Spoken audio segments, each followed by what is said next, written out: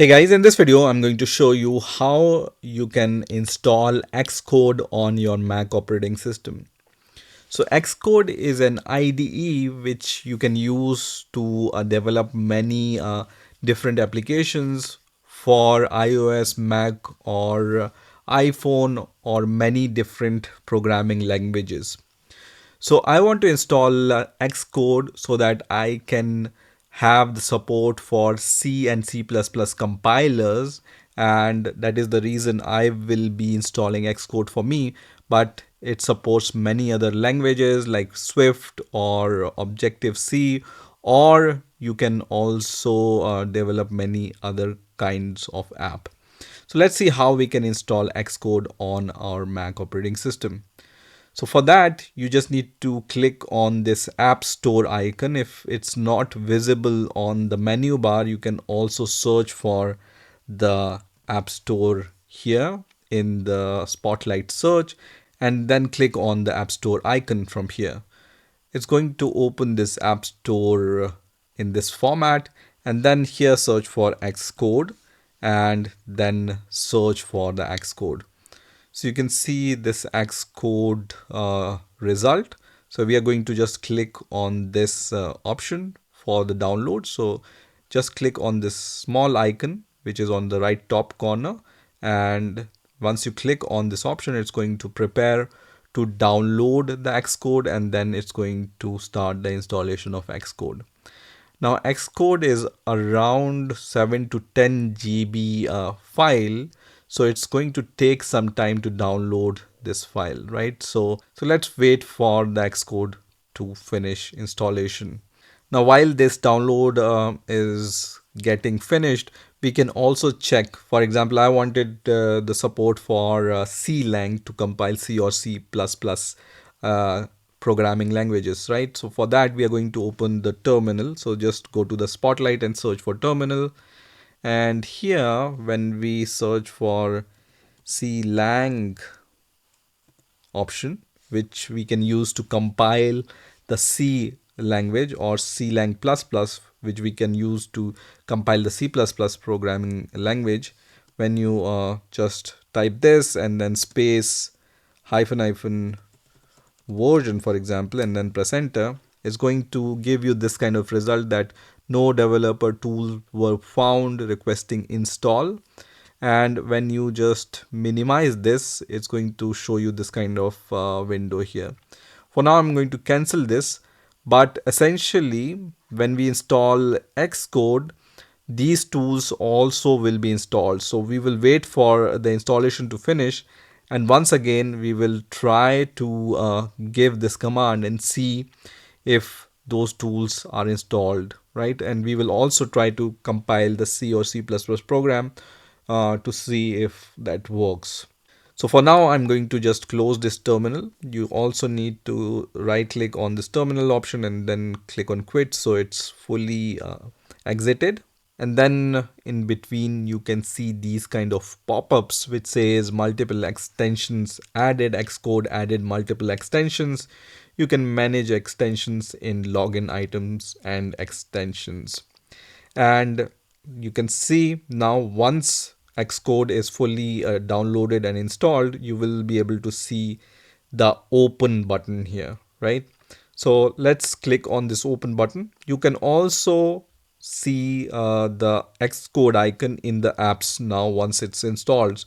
So when you click on this apps icon here, you will see Xcode in the result, or I can just search for Xcode in the apps section. Also, you can see here I have this Xcode option visible here now in the apps, right? So I can click on this Xcode option and then minimize this App Store option.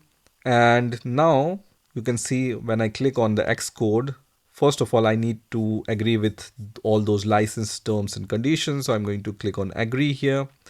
And then I'm going to give my MacBook's password. So it's going to ask me for my MacBook's password, which I use to log into my Mac operating system. So let me give that and then click on OK. And now I can see this kind of window. So here I can choose the platform support. So all these kind of platform supports are available. So for me, I want to use the Xcode to develop C or C++ applications, right? So I can leave the first option, which is already the built-in option. But if you want to create the iOS apps, then you can leave this as checked, which is iOS 26.2, right? So let me just uncheck this because for now I don't want or I don't plan to create any iOS apps, and it will save me around 8 GB of space also, right? But if you want to develop iOS app, you can just leave this checkbox as checked, and then it's going to install the support of that platform, right? So once I have selected my options, I'm going to click on download and install. And once that's done, I will see the next window, which is what's new in Xcode. And it's also going to give me this kind of pop-up window, which says predictive code completion model. It's going to install that also in the background.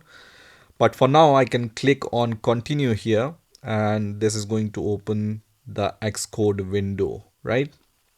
So from here, I can create a simple project. So I can just click on create a new project from here.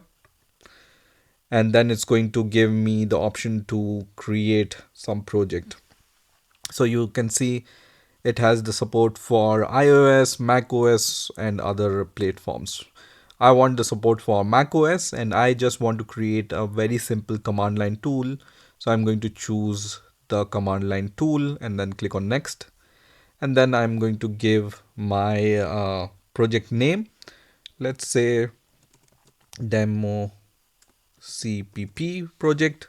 And here under the languages, I have few different options. I will select C++ from here and then click on next. And then it will ask me where I want to save this project. So I will choose documents folder, which is also by default selected, and I'm going to click on create. And this project will be created in my documents folder, right? Now I have this project related settings option, but for now I want to just open this main.cpp file where my sample project is there, right? So this is the sample code which is created by Xcode for me.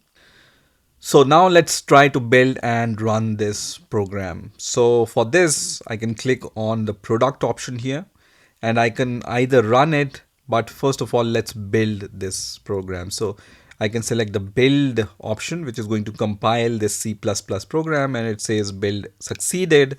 And now let's try to run it. So once again, product and then click on run, which is going to open this kind of terminal, and it will print the outcome of this C++ program, which is hello world, right? I can also add some more exclamation point and then press command S to save this, and then once again build and run it, right? So build succeeded, and then let's run it, and this time I will see this output with extra exclamation marks, right? So everything is working fine. Similar way you can create the C program, and it's also going to work. Now I also mentioned that it's going to install the Clang support, right? We have already tested that C++ program is working, but let's open the terminal here to check if Clang command is working, right? Once terminal opens, just give this command clang space hyphen hyphen version, and this time I get the different output, which is the version of Clang. That means Clang is properly installed, and now I can even use Clang command to compile the C++ program from the terminal itself, right? So this is how you can install Xcode on your Mac operating system. I hope you've enjoyed this video, and I will see you in the next video.